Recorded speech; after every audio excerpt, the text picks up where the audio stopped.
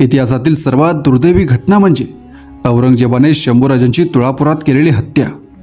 या घटनेनंतर औरंगजेबाला वाटलं आता हे स्वराज्य संपलं, पण त्याला हे माहीत नव्हतं की संभाजी महाराजांच्या हत्येने पेटून उठलेले मराठे पुढे इतके भयानक रूप घेतील की त्याच्या सकट त्याच्या मुघल साम्राज्याचा अस्त होईल। आणि पुढेही तसंच झालं। शंभूराजांच्या हत्येनंतर संताजी धनाजींसारख्या शूर योद्ध्यांनी ठरवलं की आता या संकटाच्या मुळावरच घाव घालायचा, म्हणजे औरंगजेबच संपवायचा, कारण स्वराज्यातील या भयानक परिस्थितीला तोच जबाबदार होता। त्यावेळी स्वराज्यावर एकावेळी अनेक संकटं तुटून पडली होती। शंभूराजांच्या हत्येनंतर जुल्फिकार खानाने आपल्या प्रचंड सैन्यासहित रायगडाला वेढा घातला होता। गडावर महाराणी येसूबाई आणि पुत्र शाहू अडकले होते। नुकतेच स्वराज्याचे तिसरे छत्रपती रायगडावरून बाहेर पडून कसेबसे मुघलांचा प्रतिकार करीत रायगड, प्रतापगड, वसंतगड या मार्गे पन्हाळ्यावर जाऊन बसले होते, कारण औरंगजेबाचे अनेक सरदार त्यांच्या मार्गावर होते। सर्जा खान, शहाबुद्दीन खान, रणवस्त खान यांसारखे अनेक सरदार मराठ्यांवर तुटून पडले होते। स्वराज्यावर काळ रात्र पसरली होती। स्वराज्यातील किल्ले, ठाणी एकामागून एक शत्रू काबीज करत होता। आता स्वराज्य राहत नाही असे पाहून अनेक मराठे सरदार मुघलांना जाऊन मिळत होते। जे देश शकावलीतील एका नोंदीनुसार त्यावेळी फक्त मोजकेच किल्ले सोडता बाकीचे सर्व किल्ले मोगलांनी घेतले होते। आता या संकटातून स्वराज्य वाचेल का असा सर्वांना प्रश्न पडला होता। पण या भयान संकटात शिवरायांच्या तालमीत तयार झालेले दोन शूर मावळे म्हणजे संताजी घोरपडे व धनाजी जाधव पुढे आले। या दोघांनी एक योजना आखली आणि औरंगजेबाला संपवायचं असं त्यांनी ठरवलं। संभाजी महाराजांची हत्या केल्यापासून औरंगजेब भीमा नदी काठी तुळापूर येथे छावणी करून होता आणि तेथून तो महाराष्ट्रातील गडकोट घेण्यासाठी मोहिमा पाठवित होता। या बादशाच्या छावणीवर हल्ला चढवावा आणि मोगली आक्रमणाचे केंद्रस्थानच धास्तावून टाकावे अशी अचाट कल्पना संताजी आणि धनाजी यांना सुचली। त्याप्रमाणे त्यांनी आपल्या फौजा गोळा केल्या व ते शंभू महादेवाच्या डोंगराकडे आले। तेथे ठरले की बादशाही छावणीवर संताजींनी हल्ला करावा व त्याच वेळी फलटण बारामती भागात असणाऱ्या रणमस्त खान व शहाबुद्दीन खान या खानांचा समाचार धनाजींनी घ्यावा। संताजींनी मग निवडक असे 2000 स्वार बरोबर घेतले। संताजींचे बंधू बहिर्जी आणि मालोजी हे दोघेही बरोबर होते। त्याचबरोबर विठोजी चव्हाण सुद्धा त्यांच्याबरोबर होते। घोरपडे घराण्याचे हे तिघही पुत्र एकाच वेळी बादशाच्या 5 लाखांच्या फौजेत घुसणार होते। काय ही स्वराज्यनिष्ठा! कदाचित तिघेही संपले असते, पण आपल्या वतन आणि जहागिरीचा प्रश्न त्यांना शिवला नाही।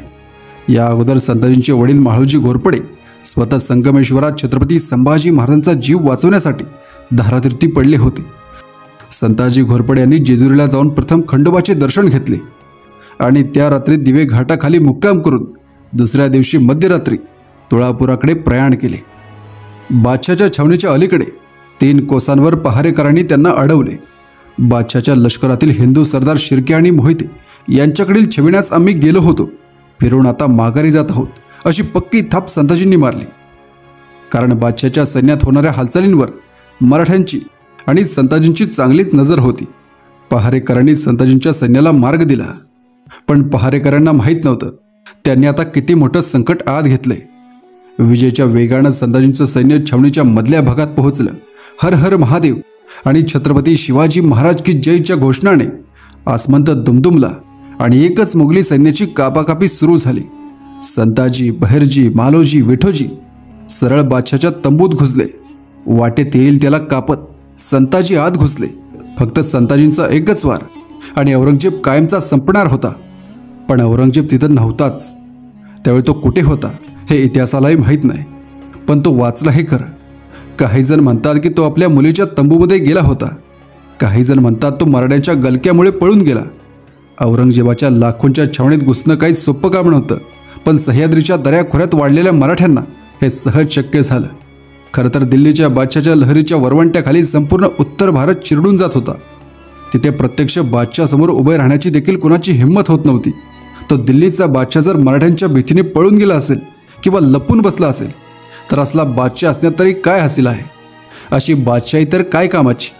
दारोत आणि नाच गाण्यात रंगून गेलेले मोगली सैन्य आता कुठे झोपी गेलं होतं, तेवढ्यात मराठे आले होते। झोपेतून खाडकन उठल्याप्रमाणे मोगली सैन्य जागं झालं होतं। आता जास्त वेळ दौडून चालणार नव्हता। घोरपडे बंधू आणि विठोजी चव्हाणांनी औरंगजेबाच्या गुलालबार नावाच्या तंबूचे तणावे कापले संताजींनी औरंगजेबाच्या तंबूवरचे ते 2 सोन्याचे कळस कापले. क्षणात त्या हिंदुस्थानच्या बादशाचा तंबू जमिनीवर लोळून घेऊ लागला. मराठ्यांचा नाद केल्यापासून असे अपमानाचे दिवस औरंगजेबाने भरपूर बघितले होते आणि अजून बघणार होता. आणि ही तर फक्त सुरुवात होती. महाराष्ट्राच्या मातीशी वैर धरणं त्याला महागात पडणार होतं. ज्या वेगाने मराठे आले त्याच वेगाने औरंगजेबाच्या तंबूचे कळस कापून, आणि कळसच काय, बादशाचे नाग कापून मराठे निघून गेले. तेथून ते सरळ सिंहगडच्या पायथ्याला पोहोचले. सिंहगडचा किल्लेदार सिदोजी गुजर यानं खाली येऊन संताजींचं स्वागत केलं. दुसऱ्या दिवशी संताजींनी कंबर कसली. आता तडाखा द्यायचा तो सरळ रायगडाला वेढा घालून बसलेल्या जुल्फिकार खानाला. संताजींच्या त्या छोट्याशा सैन्याने मग गनिमी काव्याने जुल्फिकार खानाला देखील लोळवले, मोठी कत्तल केली. पण खानाच्या हजारोंच्या सैन्यापुढं 1,500-2 हजारांचा टिकाव तरी किती वेळ लागणार. संताजींनी खानाची मोठी हानी केली. त्याचे देखील 5 हत्ती मिळवले आणि ते घेऊनच ते वाई सातारा मार्गे राजाराम महाराजांच्या दर्शनासाठी पन्हाळगडावर आले. इकडे धनाजी जाधवांनी ठरल्याप्रमाणे बारामतीजवळ रणमस्त खान आणि शहाबुद्दीन खान यांना झोडपून काढल्याने ते बादशाह किंवा जुल्फिकार खान यांच्या मदतीला येऊ शकत नव्हते. सगळीकडून अंधार दाटून आलेला असताना एक प्रकारचं नवचैतन्य निर्माण झालं. प्रत्येकाच्या मनात लढण्याचा निर्धार पक्का झाला. रामचंद्र पंत अमात्य म्हणतात, बादशाच्या डेऱ्याचे कळस आणूनच जुल्फिकार खानाचे 5 हत्ती आणले. यापेक्षा यांची मर्दुनकी कोठवर वर्णावी. छत्रपती राजाराम महाराज देखील अतिशय आनंदी झाले. त्यांनी संताजी घोरपडेंना ममलकत मदार म्हणजे स्वराज्याचे आधारस्तंभ, भैरजींना हिंदूराव, मालोजींना उमराव तर विठोजी चव्हाणांना हिम्मत बहादर ही पदवी दिली. राजाराम महाराज म्हणाले, प्रथम लढाई छत्रपती शिवाजी महाराजांच्या नावावर केली, यश आले. बादशाच्या डेऱ्याचे कळसच हस्तगत केलं. संताजी घोरपडे यांच्या पराक्रमाने मराठ्यांना अशी उभारी दिली की संभाजी महाराजांच्या हत्येनंतर रायगडाच्या पाडावानंतर देखील 18 वर्षे मराठे फक्त विजयच मिळवत गेले आणि औरंगजेब फक्त शिकस्तच खात गेला. औरंगजेबाच्या पराभवाचा सिलसिला अखेर त्याच्या मरणानेच संपला. आणि सर्वात महत्त्वाचं म्हणजे त्यानंतर संताजी घोरपडे यांच्याबद्दल जो धचका मोगलांनी घेतला त्यामुळे मोगलांचा आत्मविश्वास कायमचा धुळीस मिळाला आणि मराठे हरणार नाहीत ही गोष्ट त्याच्या मनात पक्की झाली. मराठ्यांच्या इतिहासात संताजी हे असामान्य पराक्रमी सेनापती होऊन गेले. त्यांच्या कर्तबगारीला शिवरायांच्या कारकिर्दीत सुरुवात झाली असली तर त्यांची खरी कामगिरी राजाराम काळातील आहे. संपूर्ण स्वराज्यच नष्ट झाले असता संताजींनी गनिमी पद्धतीने शेकडो लढाया देऊन शत्रू सैन्याला पराभूत केले आणि मराठ्यांच्यात आत्मविश्वास निर्माण केला. संताजींना शिव्या देणारा खापिकान त्यांच्या शौर्याची पानापानावर वर्णन करतो. एके ठिकाणी खापिकान म्हणतो, मराठे सरदारात प्रमुख म्हणजे संताजी घोरपडे आणि धनाजी जाधव. त्यांच्यापाशी 15-20 हजारांच्या जंगी फौजा होत्या. इतर फौजबंद मराठे सरदार त्यांच्या हाताखाली काम करत. या दोघा सरदारांमुळे बादशाही सेनापतींवर कमालीचे व भयंकर आघात झाले. त्यात तो नालायक संताजी प्रमुख होता. समृद्ध शहरांवर हल्ला करून त्याचा नाश करणे व नामांकित सेनानींवर तुटून पडणे यात त्याची खूप प्रसिद्धी झाली. ज्याला ज्याला म्हणून संताजींशी मुकाबला करण्याचा आणि लढण्याचा प्रसंग आला त्याच्या नशिबी खालील 3 पैकी एक परिणाम ठरलेला असायचा. एक तर तो मारला जाई किंवा जखमी होऊन कैदेत सापडे किंवा त्याचा पराजय होय आणि त्याचे सैन्य गारत होय. आपण जीवानीशी सुटलो, हाच आपला पुनर्जन्म झाला असे त्यास वाटे. युद्ध करण्यासाठी जिकडे तिकडे म्हणून तो तयार होऊन जाई. तिकडे त्याचा मुकाबला करण्यास बादशाच्या प्रतिष्ठित सरदारांपैकी एकही तयार होत नसे. जगात धडकी भरून सोडणारी त्याची फौज घेऊन तो कोठेही पोहोचला की नरव्याघ्राप्रमाणे कट्टर असलेल्या अनुभवी योद्ध्यांची हृदये कंपायमान होत. खापिकान हा मराठ्यांचा शत्रू होता. त्याने संताजींबद्दल काढलेले हे उद्गार आहेत. मुकरब खान, सरजा खान, लुत्फुल्ला खान, अलीमर्दान खान, कासिम खान, खानजाद खान, जान निसार खान, तव्वूर खान, हमीदुद्दीन खान, हिम्मत खान, आसद खान, कामबख्श, जुल्फिकार इत्यादी अनेक मोगली सेनानींशी संताजींनी लढा दिला व त्यांना नामोहरम केले.